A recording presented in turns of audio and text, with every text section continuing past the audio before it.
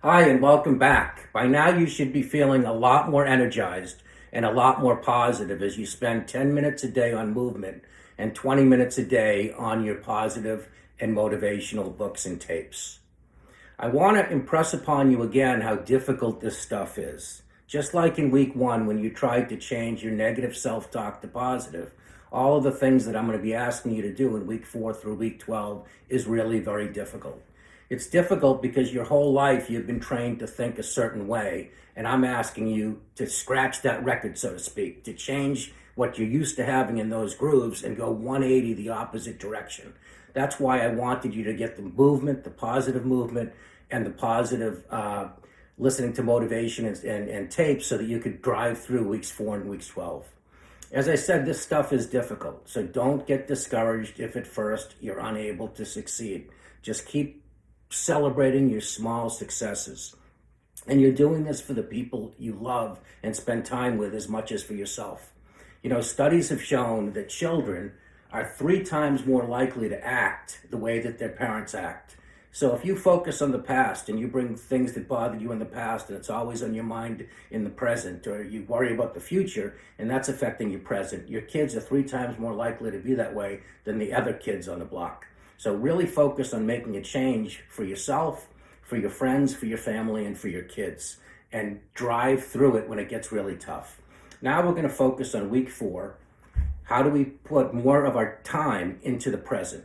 And now we're talking about our minds. Our body's always in the present, but we really want to see what we can do with our minds. Again, how many times, if you have kids, have you been playing a board game with them or playing outside, maybe basketball with them, but your mind is elsewhere? Your mind is thinking, what do I have to do at work this week? Or why did I say what I said last week to that person and I hurt their feelings? So the goal is to help us to rid ourselves of focusing on the past and fearing the future so we can be in the present. The other thing to realize is that in the past, if something happened with another person, that person often is off. They're not thinking about it. They're doing their own thing. It's like the famous story of the hitchhiker with the rattlesnake. The hitchhiker is at the base camp and he just starts to do his hike and a rattlesnake bites him. The rattlesnake bites him and he gets so angry he says, I'm going to kill that rattlesnake. Whatever I do, I'm going to kill that rattlesnake. And he chases the rattlesnake up to the top of the mountain with his hatchet and he keeps trying. And finally at the top of the mountain, he kills the rattlesnake.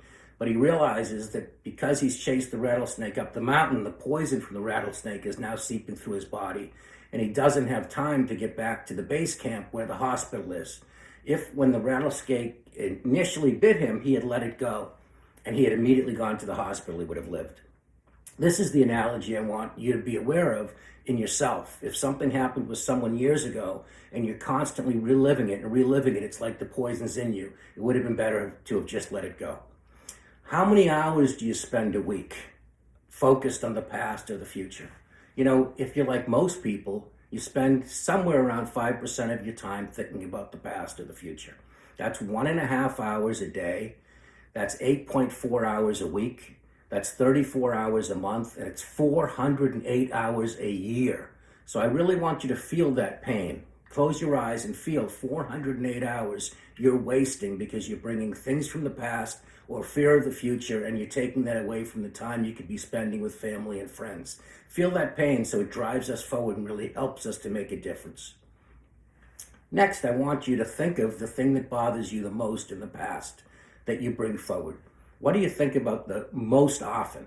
For me, I had a family relative, and believe it or not, I woke up in the morning, I went to bed at night. During the day, I thought about it all the time. I just felt like that person never treated me right, and it affected me so much. I'm sure many of you have things that bother you from the past, and they bother you every single day. Think about that one thing, and really come up with a feeling that if we're talking about 400 hours a year, we want to change that. We want to do anything we have to do to make a difference. The first thing, of course, would be if you could just call them on the phone. Say, it's been bothering me for 3 years. I just want to talk it through with you. I assume you can't do that. I assume that the hurt is too great. I certainly couldn't have done that with the situation that I was in. The other thing people often do is write a letter. And they say when they write a letter and put their feelings in the letter, sometimes they don't even need to send the letter. They can just hold on to the letter. So that would be something you might want to do. But I think if it's something that's really tearing you up inside, I don't know if a letter's enough. So I learned something from Tony Robbins. And again, if you think about a record player where you're going around and around and you're always playing the same music, we're always playing the same thing in our head. Why did Debbie say that to me 3 years ago? She hurt me so much, it's bothering me so much. Or why didn't I do what I could have done years ago and it's bothering me? So we want to scratch that record. The way I want you to scratch the record is think of your favorite comedy of the past. Maybe it was Friends, and picture the video with them with the umbrellas in the water fountain. Maybe for younger people, it's Family Guy. Think of the music that's played before the episode, including the video. I want you, when you start to think about the thing in the past that bothers you, think about the music, think about the video, make it go 3 times faster than normal, 10 times faster than normal, and then make it go backwards. Forward, backwards, forward, backwards, forward, backwards, forward, backwards. That way you certainly can't think about the negative thing when you have that in your mind. So that's a game you can play whenever it's coming into your mind.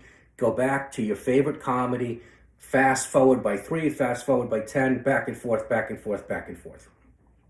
I also want you to consider anything that you're holding against yourself, something that you feel you should have done differently in the past, or maybe you didn't do that you should have done, and play that same game with the comedy, back and forth, back and forth.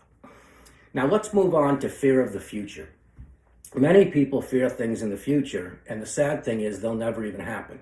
Maybe you fear getting cancer at a young age. Less than 5% chance that's going to happen. Maybe you're afraid you're going to get fired from your job and you won't be able to pay your bills. What's the chance of you getting fired from your job? I don't know. The average person is less than 1%. Even if you got fired from your job, there'd be ways that you certainly could figure it out. And that's what I want to talk to you about. Fear of the future, the 2 ways to solve fear of the future is first, come up with what you're afraid of the most. Think about that, write it down.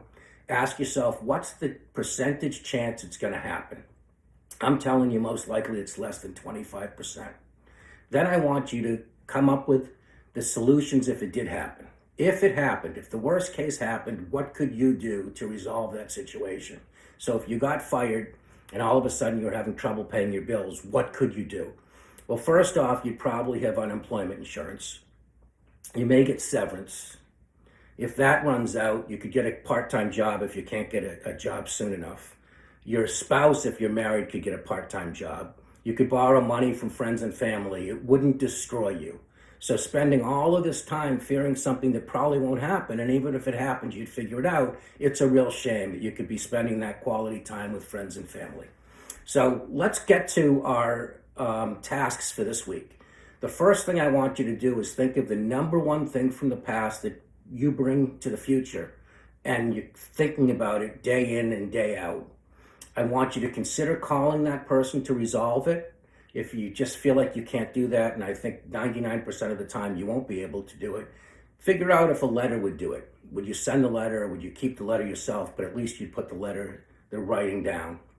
If that wouldn't do it, I want you to think of a comedy that you can come up with the song and the video.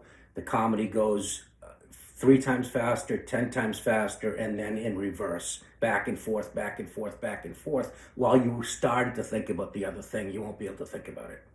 I want you to consider something that may have happened for you personally that you're holding against yourself, whether it was something you did do that you shouldn't have done, or something you feel like you didn't do which you wish you had done. And you can play the comedy, music, and video back and forth as well. In terms of fear in the future, pick the one thing that's scaring you the most. Think of the likelihood that it's going to happen. What's the percentage? Also think of all the things that you could do to remedy it and see that it's not going to completely destroy you. That should help you with fear of the future. I would recommend you putting a little piece of paper for men in the shaving kit, for women in the makeup kit. So you say, this is my number one priority this week, is to spend more time in the present, rid myself of these past bad feelings, most likely through the comedy, song and video, what we're discussing. And with fear of the future, the one thing that you fear the most, whether it's likely to happen and how you could solve it if it did happen. Thank you very much. I'll see you next week.